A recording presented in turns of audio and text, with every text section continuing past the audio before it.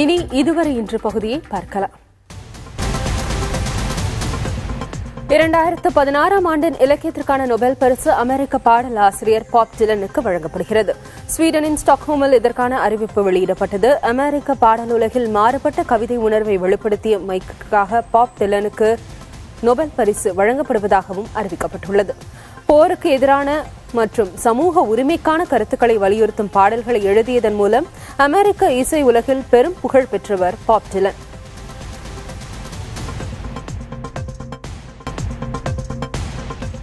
நாடாளுமன்றத்தின் குளிர்கால கூட்டத்தொடர் நவம்பர் மாதம் 16ஆம் தேதி முதல் டிசம்பர் 16ஆம் தேதி வரை நடைபெறவுள்ளது.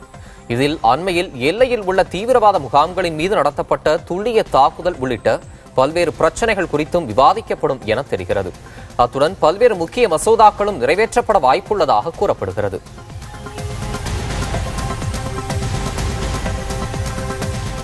தமிழகத்தில் அரவக்குறிச்சி, தஞ்சாவூர், திருப்பரங்குன்றம் ஆகிய 3 தொகுதிகளுக்கான இடைத்தேர்தல் தேதி அடுத்த வாரம் அறிவிக்கப்பட வாய்ப்பிருப்பதாக தகவல் வெளியாகியுள்ளது.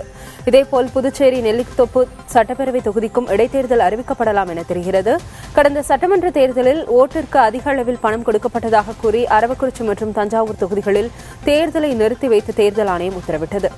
திருப்பரங்குன்றம் தொகுதி சட்டமன்ற உறுப்பினர் சீனிவேல் உடல்நலக்குறைவு காரணமாக உயிரிழந்தார்.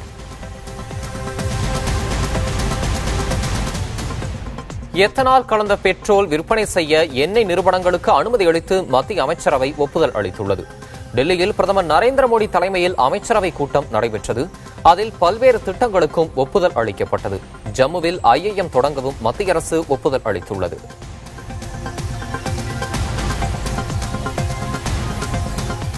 எட்டு பேரை கொலை செய்த வழக்கில் கைது செய்யப்பட்ட சப்பானிக்கு வரும் 28ஆம் தேதி வரை காவலை நீட்டித்து திருச்சி குற்றவியல் நீதிமன்றம் உத்தரவிட்டுள்ளது. சப்பானியை காணொலி காட்சி மூலம் போலீசார் நீதிபதி முன்பு ஆஜர்படுத்திய போது இந்த உத்தரவு பிறப்பிக்கப்பட்டது. திருச்சி மாவட்டம் திருவெரும்பூரை சேர்ந்த சப்பானி 8 பேரை கொலை செய்ததாக வாக்குமூலம் அளித்தார். அதன் பேரில் இதுவரை 6 சடலங்கள் தோண்டி எடுக்கப்பட்டுள்ளன. எஞ்சிய 2 சடலங்கள் தொடர்பாக போலீசார் விசாரணை மேற்கொண்டு வருகின்றனர்.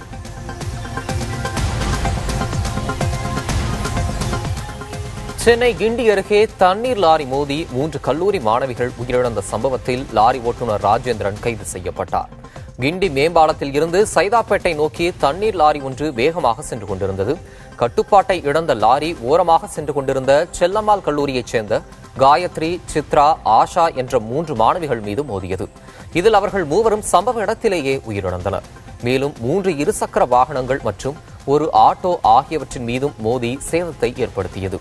உயிரிழந்த மாணவிகளின் உடல் ராயப்பேட்டை அரசு மருத்துவமனைக்கு பிரேத பரிசோதனைக்காக கொண்டு செல்லப்பட்டது. லாரியில் பிரேக் பிடிக்காததே விபத்திற்கு காரணம் என காவல்துறையினரின் முதற்கட்ட விசாரணையில் தெரியவந்துள்ளது. லாரிக்கார ஃபுல் ஸ்பீடு வந்து முன்னாடி வந்து ஒரு டூ வீலர் இடிச்சாங்க. டூ வீலர் இடிச்ச உடனே ஆட்டோ இடிச்ச உடனே ஆட்டோ ஒதுங்கின உடனே ஆட்டோ ஃபுல்லா நசுங்கிடுச்சு. பேக்ல ஃபுல்லா நசுங்கின உடனே முன்னாடி வந்து 3 பசங்க நடந்து வந்ததுங்க.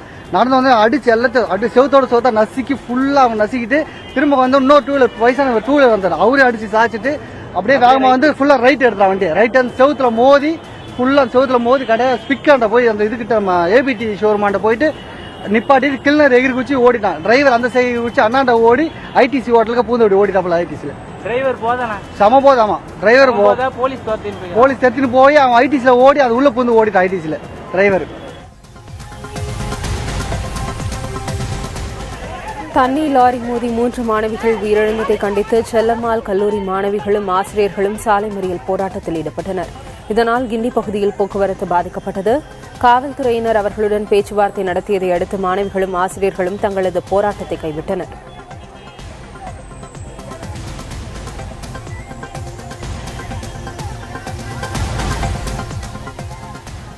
விபத்துக்களை தடுக்கும் வகையில் மாணவிகளின் வசதிக்காக போக்குவரத்தை எளிமைப்படுத்த வேண்டும் என செல்லம்மாள் கல்லூரி முதல்வர் விஜயலட்சுமி கோரிக்கை விடுத்துள்ளார். ரொம்ப நேரோ ரோடு, ரொம்ப fast vehicles, no speed breaker near the college. கண்டிப்பா பஸ் நிக்கணும். மற்ற காலேஜுக்குள்ள வர மாதிரி எங்க காலேஜுக்குள்ள லேடிஸ் ஸ்பெஷல் தயவு செய்து விடுங்க. குழந்தைங்க வெளியில போக வேண்டாம். அவ்வளோ தூரம் இந்த பக்கம் லிட்டில் மவுண்ட் 1 கிலோமீட்டர். ஈவினிங் காலேஜ்ல 6:15 விடும்போது 7 மணிக்கு பஸ் எப்படி இருக்கும் நீங்க நினைச்சு பாருங்க. ஸோ பஸ்ஸஸ் தயவு செய்து எங்க காலேஜுக்குன்னு உள்ள வரைக்கும் கண்டிப்பா வரணும். இங்க இருந்து கூட்டிட்டு போகணும். அண்ட் டிராபிக் கான்ஸ்டபிள்ஸ் தயவு செய்து காலேஜ் வரும்போதும் போகும்போதும் ஸ்டூடெண்ட்ஸ் கூடயே இருந்து கிராசிங்க்கெல்லாம் ஹெல்ப் பண்ணணும். ஓகேங்களா? இந்த பாத்வேக்கு ஏதாவது பண்ணணும். Literally no pathway from Guindy station to நம்ம college, literally no pathway. So அது ஸ்டூடெண்ட்ஸ் ரோட்ல தான் நடக்க வேண்டிய ஒரு கம்பல்ஷன். ஸோ அதுக்கெல்லாம் தயவு செய்து இதையாவது எடுத்துக்கிட்டு நீங்க தயவு செய்து இதை கொஞ்சம் இது பண்ணியாப்பாங்க.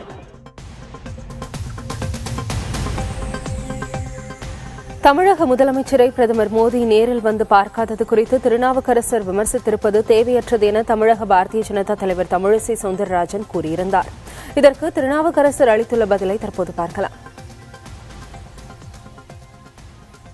எதற்கெடுத்தாலும் பாஜகவையே குற்றம் சொல்வது இப்பொழுது வாடிக்கையாகிவிட்டது. அது காவிரி பிரச்சனையாக இருக்கட்டும், இல்லை என்றால் முதலமைச்சர் அவர்களின் அந்த சிகிச்சை பிரச்சனையில் கூட பாரதிய ஜனதா கட்சி விமர்சனம் செய்யப்படுவதை என்னால் ஒப்புக்கொள்ள முடியாது. மரியாதைக்குரிய எங்களது அகில பாரத தலைவர் அமித்ஷா அவர்கள் நேற்றைய தினம் வந்து நலம் விசாரித்து விட்டு போயிருக்கிறார்கள். உடனே திருநாவுக்கரசர் போன்றவர்கள் ஏன் மோடி வரவில்லை என்று கேட்கிறார்கள். நான் கேட்கிறேன், உங்கள் கட்சி வேலையை நீங்கள் பாருங்கள். சகோதரி தமிழிசை சவுந்தரராஜன் அவர்கள் பிஜேபி அரசு பற்றியோ மோடி பற்றியோ தேவையில்லாத விமர்சனங்களை எல்லாம் நான் செய்வதாக அவர் சொன்னதை தொலைக்காட்சியிலே பார்த்தேன். எது தேவையான விமர்சனங்கள் என்று அவர் எனக்கு சொன்னால் அந்த விமர்சனங்களையும் நான் செய்ய தயாராக இருக்கிறேன்.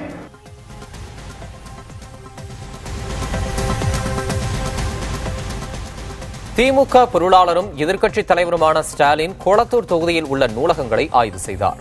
கபில தெரு, பேப்பர் மில் சாலை, கொளத்தூரின் வடக்கு மாட வீதி, சீனிவாச நகர் உள்ளிட்ட பகுதிகளில் இருந்த நூலகங்களில் இந்த ஆய்வு மேற்கொள்ளப்பட்டது. 8000 உறுப்பினர்கள் இருக்கிறாங்க, 2000 புரவலர் இருக்கிறாங்க. நூலகங்களை பொறுத்த வரைக்கும் சிறப்பாக செயல்பட்டுக் கொண்டிருந்தாலும் பல அடிப்படை பிரச்சனைகள் உரிய கோரிக்கைகள் தொடர்ந்து இருக்கிறது. எனவே அவைகளை நிவர்த்தி செய்யக்கூடிய வகையில் நான் இந்த ஆய்வுப் பணியை மேற்கொண்டிருக்கிறேன். நிச்சயமாக அந்த வகையில் இந்த ஆய்வுப் பணி பயன்படும் என்று நான் கருதுகிறேன். காவிரி மேலாண்மை வாரியம் அமைக்கும் விவகாரத்தில் தமிழக அரசு சிறப்பு சட்டப்பேரவை கூட்டத்தை கூட்டி விவாதிக்க வேண்டும் என விவசாய அமைப்புகளுடன் திமுக நிகழ்த்திய கலந்துரையாடல் கூட்டத்தில் தீர்மானம் நிறைவேற்றப்பட்டுள்ளது. காவிரி நதிநீர் பிரச்சினை தொடர்பாக விவசாய அமைப்புகளுடனான கலந்துரையாடல் கூட்டம் அண்ணா அறிவாலயத்தில் திமுக பொருளாளர் ஸ்டாலின் தலைமையில் நடைபெற்றது. இதில் காங்கிரஸ், இந்திய கம்யூனிஸ்ட் கட்சிகளின் விவசாய அணிகள் மற்றும் பல்வேறு விவசாய சங்க பிரதிநிதிகள் பங்கேற்றனர். இதில் காவிரி விவகாரத்தில் தமிழக அரசு உடனடியாக முன்வந்து அனைத்துக் கட்சி கூட்டத்தை கூட்ட வேண்டும் எனவும் தமிழக சட்டப்பேரவையின் சிறப்பு கூட்டத்தை உடனடியாக கூட்டி தீர்மானம் நிறைவேற்றி மத்திய அரசிற்கு அழுத்தம் தர வேண்டும் எனவும் வலியுறுத்தி தீர்மானம் நிறைவேற்றப்பட்டது. காவிரி மேலாண்மை வாரியம் குறித்த மத்திய அரசின் நிலைப்பாட்டை திரும்பப் பெற வேண்டும் என விடுதலை சிறுத்தைகள் கட்சியின் தலைவர் திருமாவளவன் வலியுறுத்தியுள்ளார். டெல்லியில் செய்தியாளர்களிடம் பேசிய அவர், காவிரி நடுவர் மன்றம், உச்சநீதிமன்ற வழிகாட்டுதல் ஆகியவற்றின் அடிப்படையில் உடனடியாக காவிரி மேலாண்மை வாரியத்தை மத்திய அரசு அமைக்க வேண்டும் என கேட்டுக் கொண்டார். மத்திய அரசு தன்னுடைய நிலைப்பாட்டை திரும்பப் பெற வேண்டும்.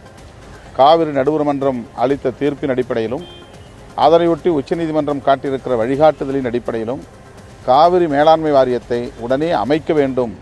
அதுதான் ஒட்டுமொத்த தமிழக மக்களின் கோரிக்கை. அந்த கோரிக்கையை ஆதரிக்கிற வகையில் திமுக உள்ளிட்ட அத்தனை கட்சிகளும் முன்வந்து போராடுவதை விடுதலை சிறுத்தைகள் வரவேற்கிறது.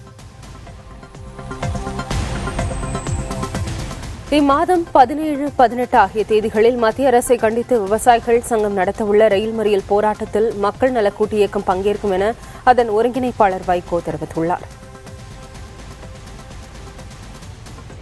17, 18 தேதிகளில் ரயில் மறியல் போராட்டம் நடத்துவதென்று விவசாயிகள் சங்க கூட்டு இயக்கத்தின் சார்பில் அவர்கள் ஏற்பாடு செய்த விவசாயிகள் சங்கங்கள், அரசியல் கட்சிகள் கூட்டத்தில் மறுமலர்ச்சி திராவிட முன்னேற்றக் கழகம் பங்கேற்றது. அந்த அடிப்படையில் மக்கள் நல கூட்டு இயக்கத்தில் அங்கம் வகிக்கின்ற மறுமலர்ச்சி திராவிட முன்னேற்றக் கழகம், மார்க்சிஸ்ட் கம்யூனிஸ்ட் கட்சி, விடுதலை சிறுத்தைகள் கட்சி, இந்திய கம்யூனிஸ்ட் கட்சி பங்கேற்பதென ஏற்கனவே அறிவித்திருக்கின்றோம். அதுபோலவே 17, 18 2 நாட்களிலும் இந்த ரயில் மறியல் போராட்டத்திலே பங்கேற்கிறோம்.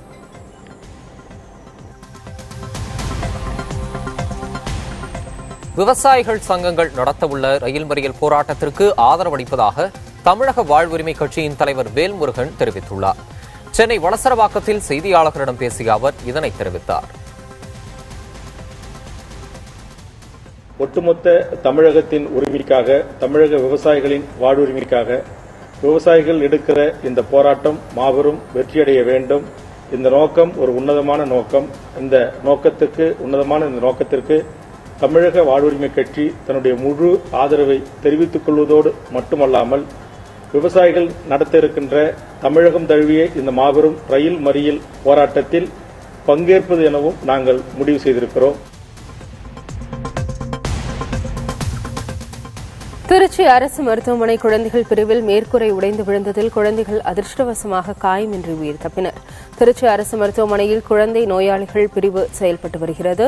இதில் பல குழந்தைகள் சிகிச்சைக்கு அனுமதிக்கப்பட்டிருந்தனர். இந்நிலையில் 1.5 வயதான விஷ்ணா மற்றும் ஹரிப்பிரியா ஆகிய 2 குழந்தைகள் அனுமதிக்கப்பட்டிருந்த அறையில் மேற்கூரையின் கான்கிரீட் துகள்கள் இடிந்து விழுந்தன. இதில் குழந்தைகள் காயமின்றி உயிர் தப்பினர். கையில் வச்சுருக்கும் போது மேலே திடீர்னு கீழே விழுந்துச்சு. என்னோட குழந்தைங்க 2மே காலுக்கும் பக்கத்தில் விழுந்தது. 2 குழந்தையுமே என்னோட 2 குழந்தையும் அட்மிஷனில் தான் இருந்தது. என்னாச்சுன்னு வந்து பார்க்கும்போது குழந்தை இன்னும் கொஞ்சம் இருந்தால் தலையில் விழுந்திருக்கும் பாப்பா, நல்ல வேலை எப்படியோ எடுத்தாச்சு அப்படின்னு. பெரிய பீஸ், இவ்வளோ பெரிய பீஸ் இருக்கும். குழந்தை தலை மேலே விழுந்திருந்தா போனால் வருமா? அது கை குழந்தை.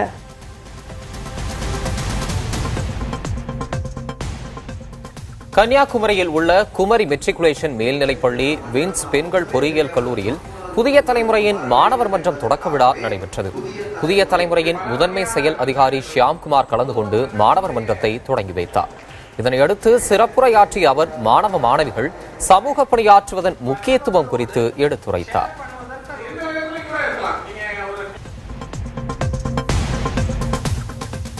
மத்திய பிரதேச தலைநகர் போபாலில் பிளாஸ்டிக் நாற்காலி தயாரிக்கும் தொழிற்சாலையில் பயங்கர தீ விபத்து நேரிட்டது. கட்டடத்திற்குள் தொழிலாளர்கள் பலர் சிக்கியிருக்கலாம் என தகவல்கள் தெரிவிக்கின்றன. பிளாஸ்டிக் நாற்காலி தயாரிக்கும் தொழிற்சாலையில் தீப்பற்றி எரிவதால் அப்பகுதியே புகை மண்டலமாக காணப்படுகிறது. 10க்கும் மேற்பட்ட வண்டிகளில் சென்று தீயணைப்பு வீரர்கள் தீயை அணைக்க போராடுகின்றனர்.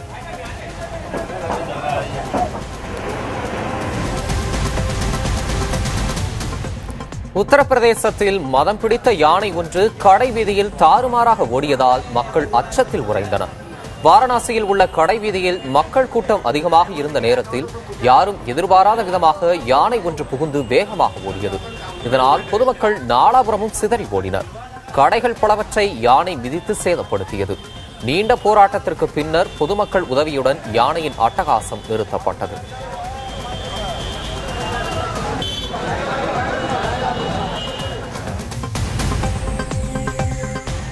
திருச்சி அரசு மருத்துவமனையில் பெண் குழந்தை ஒன்று கடத்தப்பட்ட வழக்கில் சிசிடிவி காட்சியை வைத்து போலீசார் விசாரித்து வருகின்றனர். குழந்தை கடத்தப்படும் காட்சி அங்குள்ள சிசிடிவி கேமராவில் பதிவாகியுள்ளது. இதில் ஆண், பெண் மற்றும் ஒரு சிறுவன் உட்பட 3 பேர் இந்த சம்பவத்தில் ஈடுபட்டிருப்பது தெரியவந்துள்ளது. கண்காணிப்பில் கேமராவில் பதிவான உருவங்களை வைத்து போலீசார் விசாரணை நடத்தி வருகின்றனர். 24 சிசிடிவி கேமராக்கள் பொருத்தப்பட்டிருக்கும் திருச்சி அரசு மருத்துவமனையில் 10 கேமராக்கள் மட்டுமே செயல்படுவதாக தெரிகிறது. கடந்த 6ஆம் தேதி சரண்யா என்பவரின் குழந்தையை அடையாளம் தெரியாத நபர்கள் கடத்தினர்.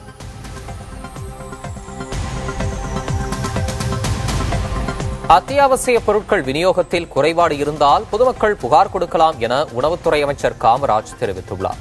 சென்னை தலைமைச் செயலகத்தில் உணவுத்துறை சார்பில் உயர் அதிகாரிகளுடன் ஆலோசனைக் கூட்டம் நடைபெற்றது. அதில் குடும்ப அட்டைதாரர்கள் 944519 906660 944519 90661 என்ற எண்களில் புகார் அளிக்கலாம் என்றும், இது தவிர 044285928228 என்ற எண்ணில் பொதுமக்களும் புகார் அளிக்கலாம் என்றும் அமைச்சர் காமராஜ் தெரிவித்தார்.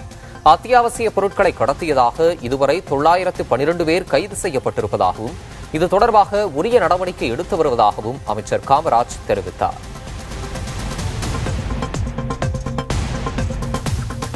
தமிழக அரசால் அறிவிக்கப்பட்ட திட்டங்களின் செயல்பாடுகள் குறித்து அமைச்சர்கள் செல்லூர் ராஜுவும் உடுமலை ராதாகிருஷ்ணனும் அரசு அதிகாரிகளுடன் ஆலோசனை நடத்தினர். சென்னை தலைமைச் செயலகத்தில் நடைபெற்ற ஆய்வுக் கூட்டத்தில் 110 விதியின் கீழ் அறிவிக்கப்பட்ட திட்டங்கள் குறித்தும், கூட்டுறவுத்துறை, வீட்டு வசதி துறைகளின் வாயிலாக செயல்படுத்தப்பட்ட திட்டங்கள் குறித்தும் ஆய்வு மேற்கொள்ளப்பட்டது. துறைகளின் வளர்ச்சிப் பணிகளை துரித நடவடிக்கைகள் மேற்கொண்டு செயல்படுத்திட வேண்டும் என அதிகாரிகளுக்கு அமைச்சர்கள் அறிவுறுத்தினர்.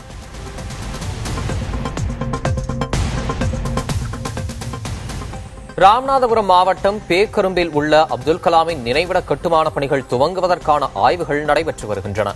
நாளை மறுதினம் கலாமின் 85வது பிறந்த நாள் கொண்டாடப்பட உள்ளது.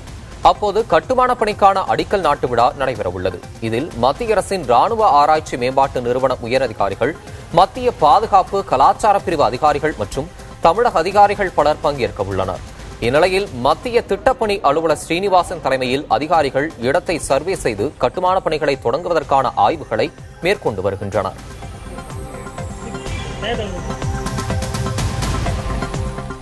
திருத்தணியில் அதிமுக கவுன்சிலர் ஆறுமுகம் வெட்டிக் கொல்லப்பட்ட வழக்கில் 4 பேரை கைது செய்த போலீசார் விசாரணை நடத்தி வருகின்றனர்.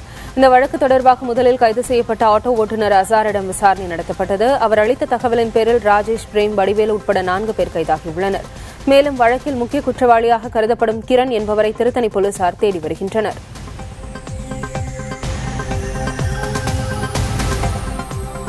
முதலமைச்சர் ஜெயலலிதாவுக்கு சிகிச்சை அளிக்க லண்டன் மருத்துவர் Richard John Pelé Chennai Apollo வந்துள்ளார். முதலமைச்சருக்கு மருத்துவர் ரிச்சர்டின் மேற்பார்வையில் சிகிச்சை அளிக்கப்பட்டு வருகிறது. ஏற்கனவே 2 முறை மருத்துவர் ரிச்சர்ட் சென்னை வந்து அப்போலோ மருத்துவமனையில் இருக்கும் முதலமைச்சருக்கு சிகிச்சை அளித்த நிலையில் 3வது முறையாக வந்துள்ளார். அவர் சென்னையில் சில நாட்கள் தங்கியிருந்து மருத்துவக் குழுவினருக்கு ஆலோசனைகளை வழங்குவார் என தெரிகிறது. இதனிடையே 3 சிறப்பு சிகிச்சை மருத்துவர்கள் அடங்கிய எய்ம்ஸ் மருத்துவக் குழுவும் முதலமைச்சருக்கு சிகிச்சை அளிக்க அப்போலோ வந்துள்ளது.